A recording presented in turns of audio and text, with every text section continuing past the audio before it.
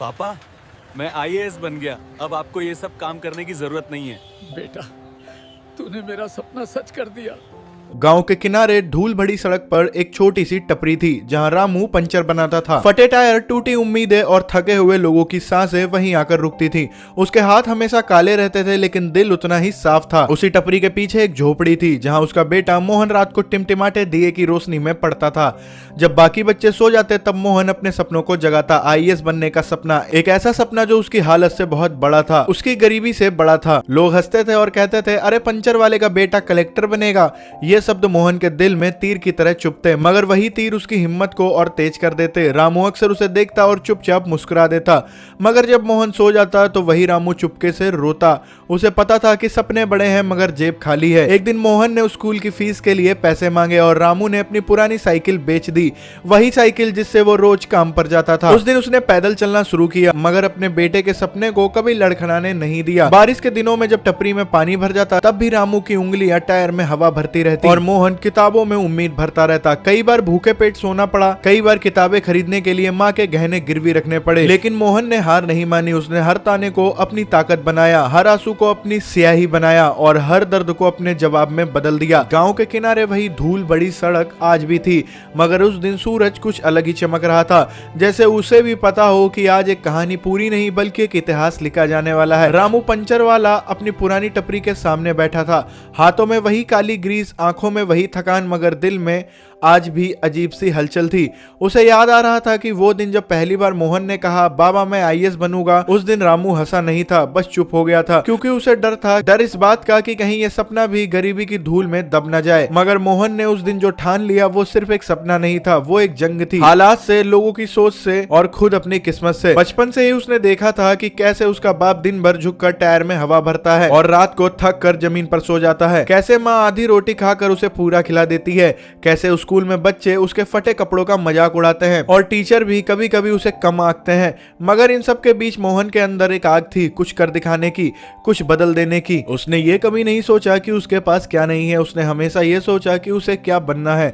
जब उसके दोस्त खेलते थे वो पढ़ता था, जब लोग उसे ताने देते थे वो किताब खोल लेता था, जब घर में अंधेरा होता तो वो दिए की रोशनी में अपने सपनों को रोशन करता था। कई बार ऐसा हुआ कि पेट में भूख थी और सामने किताब, मगर उसने भूख को हरा दिया। कई बार आंखों में नींद थी मगर उसने नींद को हरा दिया, और हर बार जब वो टूटने लगता उसे अपने माता पिता का झुका हुआ शरीर दिखता और वो फिर से खड़ा हो जाता। रामू ने कभी अपने बेटे के सामने हार नहीं मानी, भले ही अंदर से वो 1000 बार टूटा हो। उसने अपने सपनों को मार दिया ताकि बेटे के सपने को जिंदा रख सके। उसने अपनी जरूरतों को खत्म कर दिया ताकि बेटे की पढ़ाई चलती रहे। उसने हर वो चीज बेची जो उसके पास थी, साइकिल, बर्तन, यहाँ तक कि शादी की पुरानी अंगूठी भी, मगर कभी मोहन की किताबें रुकने नहीं दी। गाँव वाले अब भी हंसते थे और कहते थे कि अरे ये पढ़ लिख कर क्या करेगा, आखिर में पंचर ही बनाएगा। मगर अब मोहन चुप नहीं रहता था, वो मुस्कुराता था, क्योंकि उसे पता था कि एक दिन वही लोग उसकी कहानी सुनाएंगे। समय बीतता गया, संघर्ष और गहरा होता गया, मगर मोहन की मेहनत उतनी ही मजबूत होती गई। उसने शहर जाकर तैयारी करने का फैसला किया, मगर पैसे नहीं थे। तब रामू ने अपने दोस्त से कर्ज लिया और मोहन को शहर भेजा। शहर की भीड़ में मोहन खोया नहीं बल्कि और निखर गया। उसने लाइब्रेरी में दिन रात बिताए, कोचिंग के बिना खुद को तैयार किया, हर असफलता को सीढ़ी बनाया। पहली बार वो परीक्षा में असफल हुआ। उस दिन उसने पहली बार खुद को कमजोर महसूस किया। उसे लगा कि शायद लोग सही थे, मगर उसी रात उसने अपने पिता की आवाज याद आई। उसके पिता कहते थे कि बेटा, गिरना गलत नहीं, हार मानना गलत है, और वो फिर से उठ खड़ा हुआ। दूसरी बार उसने और मेहनत की, खुद को तराशा, अपने डर को खत्म किया, और इस बार जब रिजल्ट आया उसका नाम सबसे ऊपर था। उस दिन उसने सबसे पहले अपने पिता को फोन किया और कहा, बाबा आपका बेटा कलेक्टर बन गया। फोन के उस पार कुछ सेकंड तक सन्नाटा रहा, फिर बस रोने की आवाज आई, वो आवाज जिसने सालों का दर्द, संघर्ष और प्यार एक साथ बहा दिया। जब मोहन गांव लौटा तो वही सड़क, वही टपरी, वही लोग, मगर नजरें बदल चुकी थी। लोग अब उसे सलाम कर रहे थे, बच्चे उसे देखकर सपने देख रहे थे, और रामू वो बस खड़ा था, आंखों में गर्व और हाथों में अब भी वही काली ग्रीस। मोहन उसके पास गया, उसके पैर छुए और कहा, मैं नहीं बना बाबा, आपने बनाया है। उस दिन पहली बार रामू ने अपने हाथों को देखा और मुस्कुराया। उसे लगा जैसे ये ग्रीस नहीं बल्कि बल्कि उसके बेटे की सफलता का रंग है। मोहन ने अपने पहले ही फैसले में गाँव की तस्वीर बदलने की ठान ली। सड़कें बनी, स्कूल बना, लाइब्रेरी बनी और सबसे पहले उसने अपनी टपरी को हटाकर वहां एक छोटा सा स्टडी सेंटर बनवाया जहां गरीब बच्चे मुफ्त में पढ़ सके। उसने दीवार पर एक लाइन लिखवाई, सपने गरीबी नहीं देखते, और हर बार जब कोई बच्चा वहां बैठकर पढ़ता, रामू चुपचाप दूर से देखता और उसकी आंखें भर आती। लोग अब भी कहते हैं कि किस्मत वाला था, मगर रामू जानता था कि ये किस्मत नहीं, ये मेहनत थी, त्याग था और एक बाप का प्यार था। सालों बाद जब मोहन एक बड़े अधिकारी के रूप में जाना जाने लगा, तब भी उसने कभी अपने अतीत को नहीं भुलाया। वो हर साल उसी टपरी के पास आता, वही जमीन छूता और अपने सफर को याद करता, क्योंकि उसे पता था अगर वो दर्द नहीं होता तो ये मुकाम भी नहीं होता। और उस दिन जब रामू ने आखिरी सांस ली तो उसके चेहरे पर सुकून था। उसे पता था कि उसने अपनी जिंदगी हार कर भी जीत ली थी, क्योंकि उसका बेटा अब सिर्फ उसका नहीं पूरे देश का था। मोहन ने अपने पिता की चिता के सामने खड़े होकर कहा, आपने मुझे सिर्फ जीना नहीं सिखाया, आपने मुझे लड़ना सिखाया, और मैं वादा करता हूँ कि हर उस बच्चे के लिए लड़ूंगा जो सपने देखने से डरता है। उस दिन आसमान भी रोया, हवा भी थम गई और एक कहानी खत्म नहीं हुई, बल्कि हर उस दिल में शुरू हो गई जो हालात से हार मानने वाला था। रामू के जाने के बाद मोहन की जिंदगी जैसे एक पल को ठहर गई, लेकिन ठहराव उसके हिस्से में लिखा ही नहीं था। जिस आग ने उसे यहाँ तक पहुंचाया था, वही आग अब और तेज हो चुकी थी। पिता की चिता की राख अब भी पूरी तरह ठंडी भी नहीं हुई थी कि उसने मन ही मन एक और कसम खा ली और कहा कि मैं अब सिर्फ अपने लिए नहीं लड़ूंगा, बल्कि हर उस रामू के लिए लड़ूंगा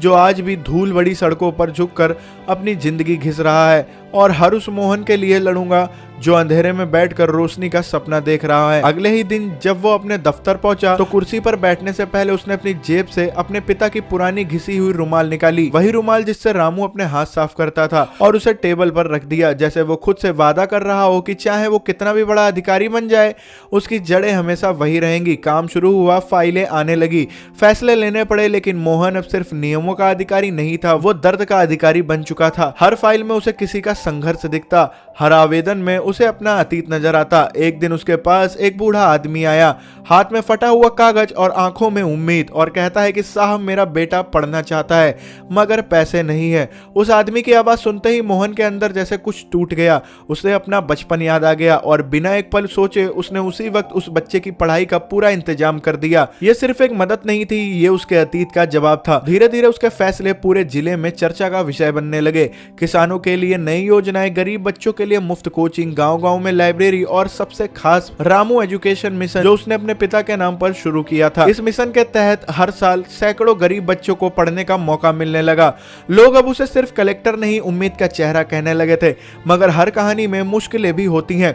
कुछ लोग उसके खिलाफ हो गए, कुछ बड़े लोग जो सिस्टम को अपने हिसाब से चलाना चाहते थे। उन्हें मोहन की ईमानदारी रास नहीं आई, उसे धमकियां मिली, ट्रांसफर की बातें होने लगी। मगर इस बार मोहन डरने वाला नहीं था, क्योंकि अब उसके पास खोने के लिए कुछ था ही नहीं और लड़ने के लिए बहुत कुछ था। एक रात जब वो अपने ऑफिस में देर तक काम कर रहा था तो उसने खिड़की से बाहर देखा, वही अंधेरा, वही सन्नाटा, मगर इस बार उसे डर नहीं लगा। उसे अपने पिता की आवाज सुनाई दी कि बेटा, सच के रास्ते पर चलना आसान नहीं होता, मगर यही रास्ता सही होता है। और वो मुस्कुरा दिया। उसने हर दबाव को ठुकरा दिया, हर गलत आदेश को नकार दिया, और धीरे धीरे उसका नाम एक ऐसे अधिकारी के रूप में फैलने लगा जो झुकता नहीं, जो बिकता नहीं। सालों बीतते गए और मोहन की पहचान सिर्फ एक जिले तक सीमित नहीं रही, पूरे राज्य में उसकी चर्चा होने लगी। एक दिन उसे राजधानी में बुलाया गया, उसके काम के लिए उसे सम्मानित किया जाना था। जब वो मंच पर पहुंचा तो तालियों की गूंज ने पूरा हॉल भर दिया, मगर उसकी नजर भीड़ में कुछ ढूंढ रही थी, शायद अपने पिता को। वो आज वहां नहीं थे। उसने माइक पकड़ा और कहा, यह सम्मान मेरा नहीं है, ये उस आदमी का है जिसने कभी उस स्कूल का दरवाजा नहीं देखा,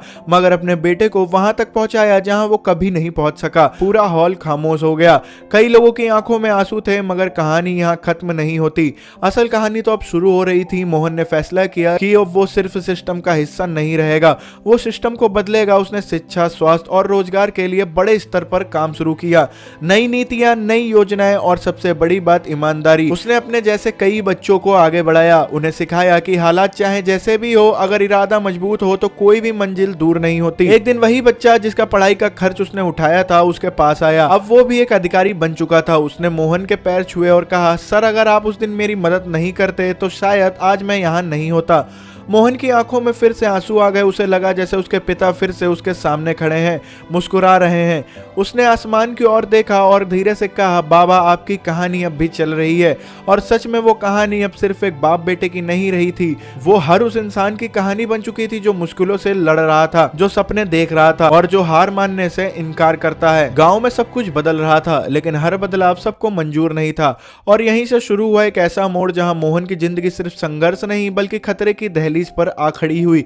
जिले में अवैध खनन, जमीन कब्जा और भ्रष्टाचार का एक बड़ा जाल फैला हुआ था, जिसे सालों में कुछ दबंग गुंडे और बड़े नेता मिलकर चला रहे थे।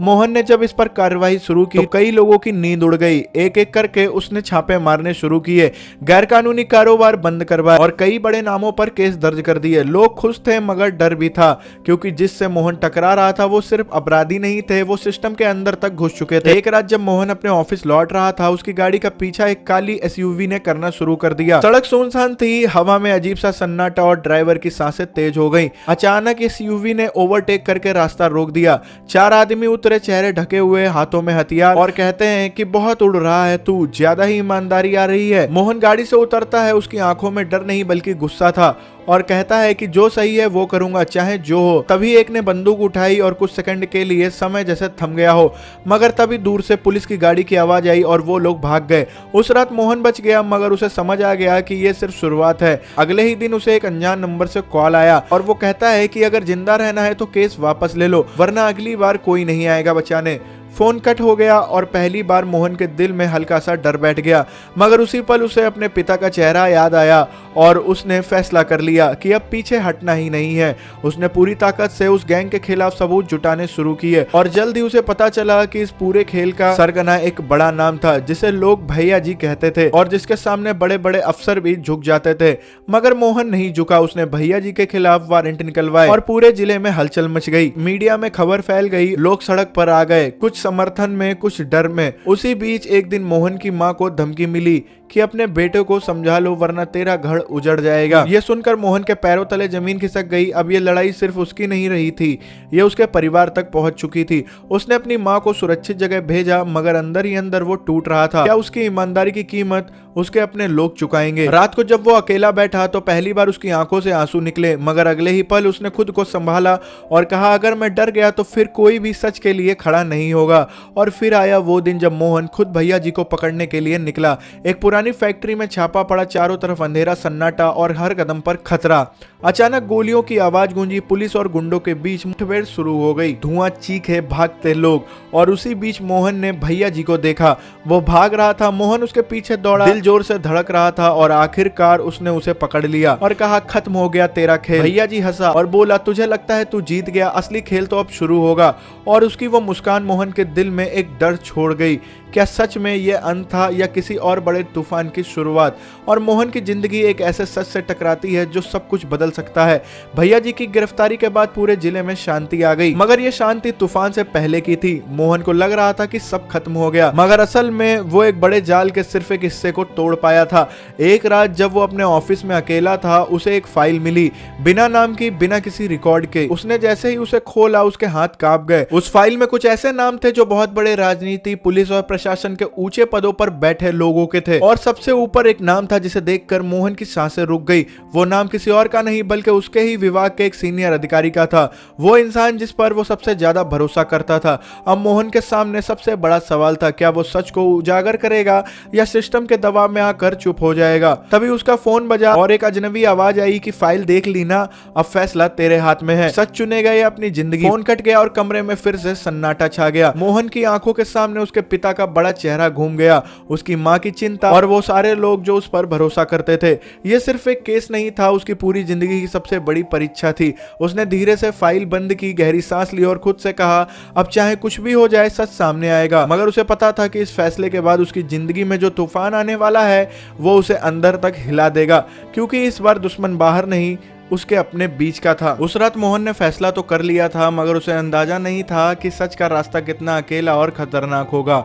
अगले ही दिन उसके खिलाफ साजिशें शुरू हो गई, उसकी फाइलें रोकी जाने लगी, उसके आदेशों को नजरअंदाज किया जाने लगा और यहाँ तक कि उसे बदनाम करने की कोशिश भी शुरू हो गई। जिस सीनियर अधिकारी पर उसे सबसे ज्यादा भरोसा था वही अब उसके हर कदम पर नजर रख रहा था।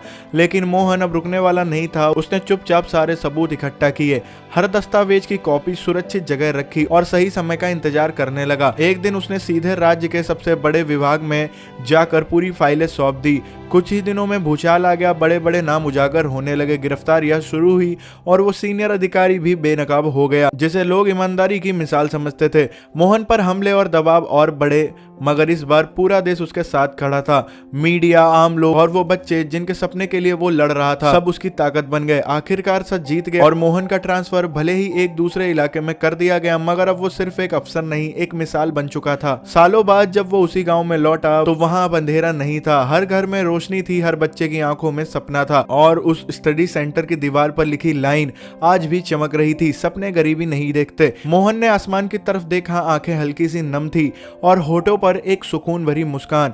उसे महसूस हुआ जैसे उसके बाबा आज भी वहीं खड़े हैं, गर्व से उसे देख रहे हैं। और इस बार कहानी खत्म नहीं हुई, बल्कि एक ऐसी विरासत बन गई जो हर उस दिल में जिंदा रहेगी जो सच के लिए लड़ने की हिम्मत रखता है।